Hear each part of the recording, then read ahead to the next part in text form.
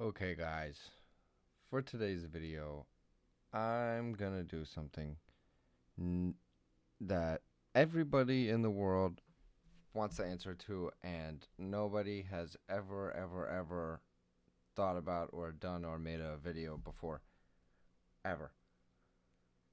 Okay, so the whole point of this little experiment was for me to see if your average Joe Schmo non-pro Fortnite player can actually get any better from playing box fights and if it's a waste of time or not. So what I did is for 7 days straight, I for the most part only played box fights. No reload, no blitz, no battle royale, no zero build, no build, nothing. Only box fights for a week. I really just wanted to substitute box fights for my regular Fortnite, like just playing the game. So I still did my regular like warm up stuff, which is it was like 10 or 15 minutes of aim labs, whatever I feel like, and then 15 minutes, sometimes 20 minutes of this edit course just to practice edits. And then after that, I would just do box fights for however much time I had that day.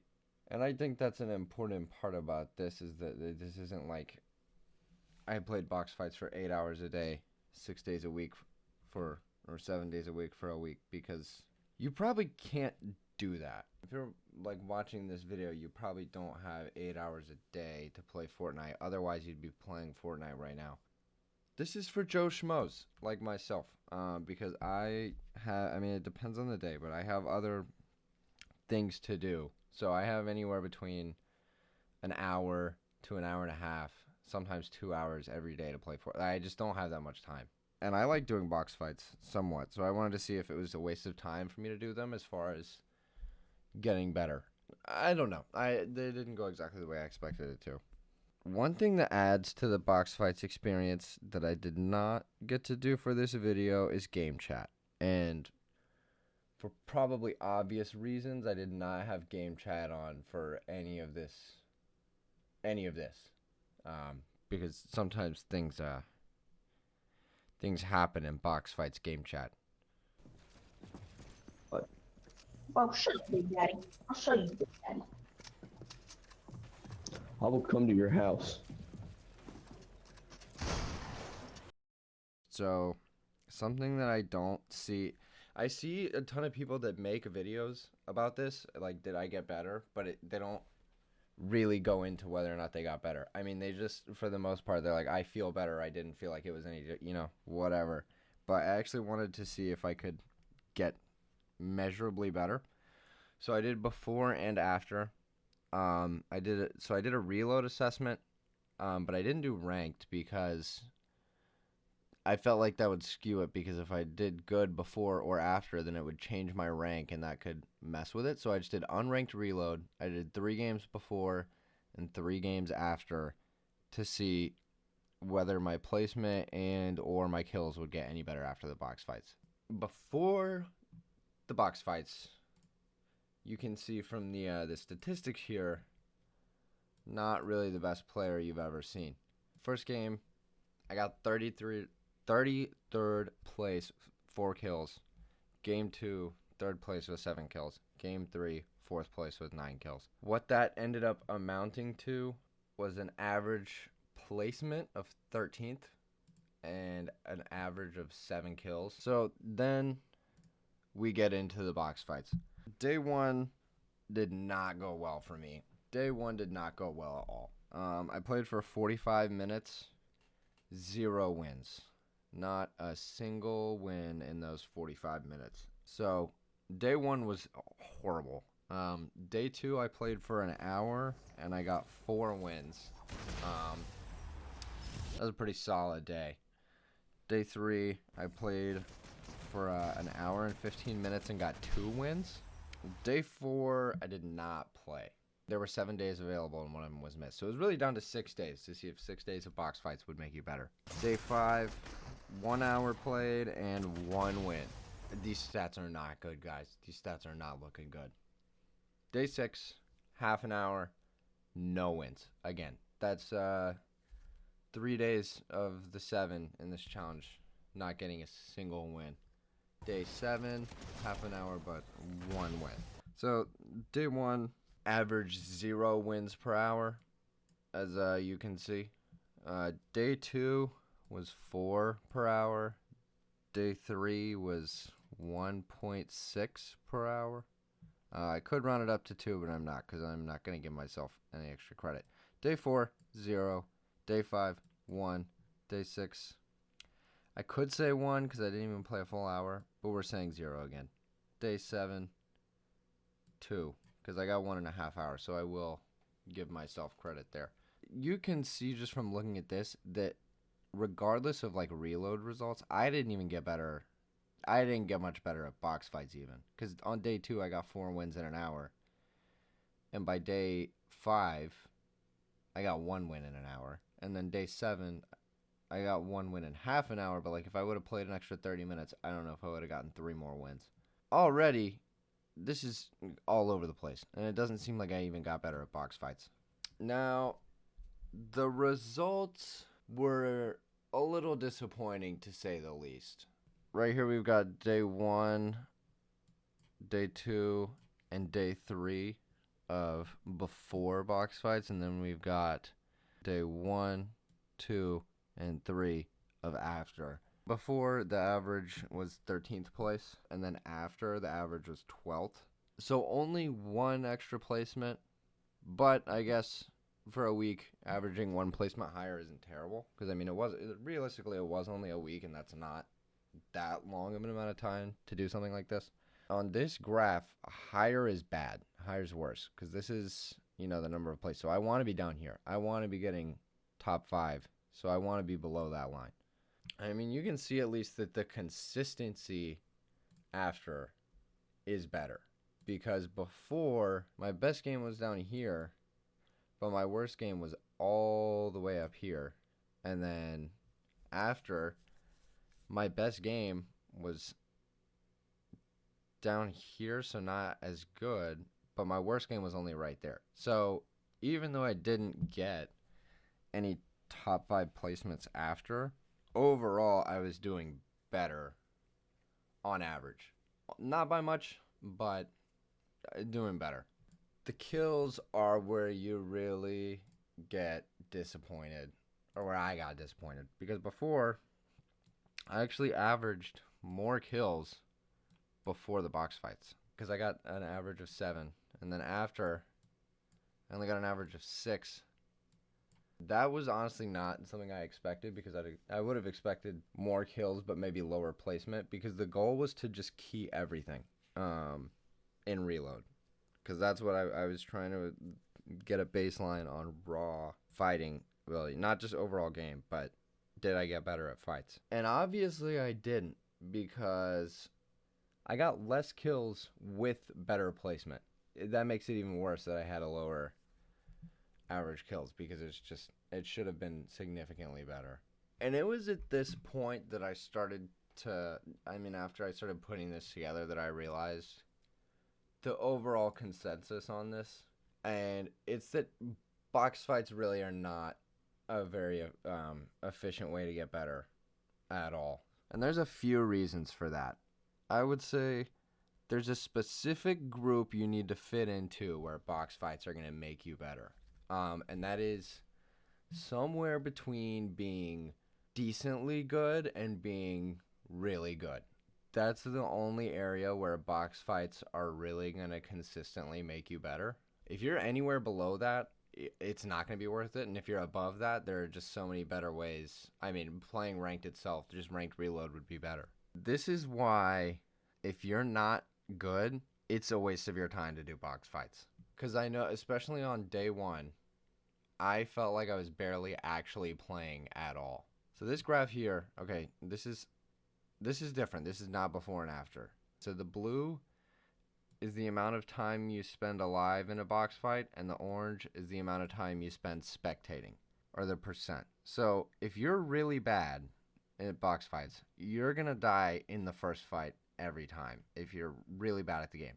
If you're alive for about 10 seconds every round, and a box fights is, I don't know, they're probably average about 3 minutes. But if you're the worst one, in the lobby and you're dying on your first fight every time, you only spend 6% of your time actually playing. You're spending 94% of the time just spectating other people and just watching other people play.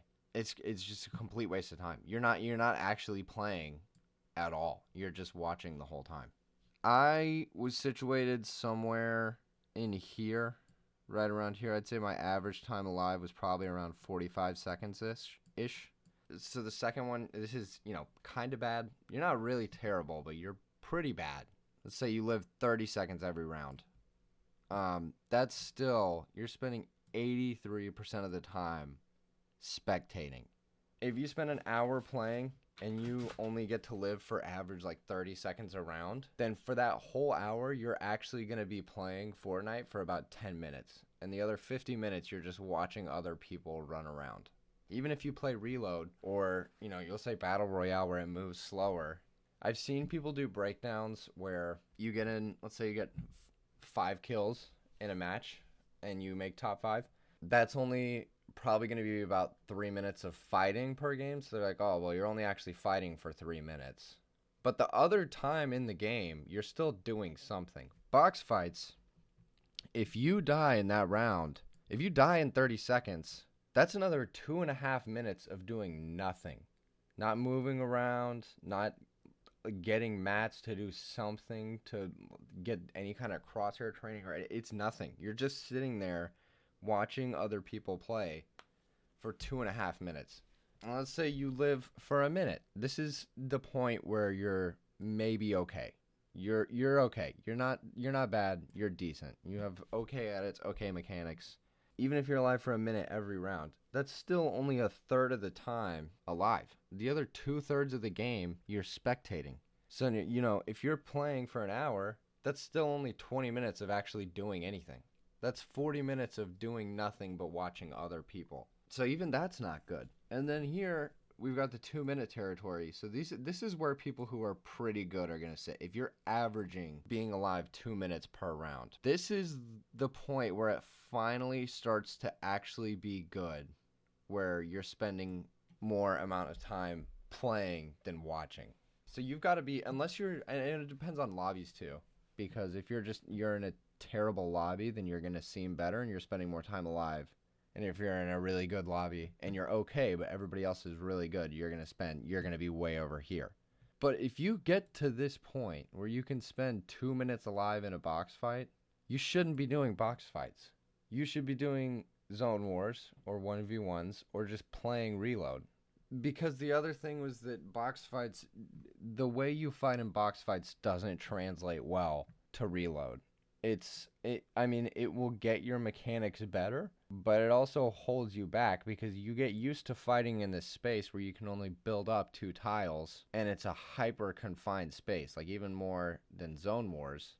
So it's not how you're actually going to fight in a game, even really late game. It's somewhat like late game, but something like a late game Zone Wars map is going to be more realistic. Box fights just don't really translate that much other than basic mechanics. And from what you can see here, if you're at the point where you still need to learn and figure out basic mechanics, you're probably bad.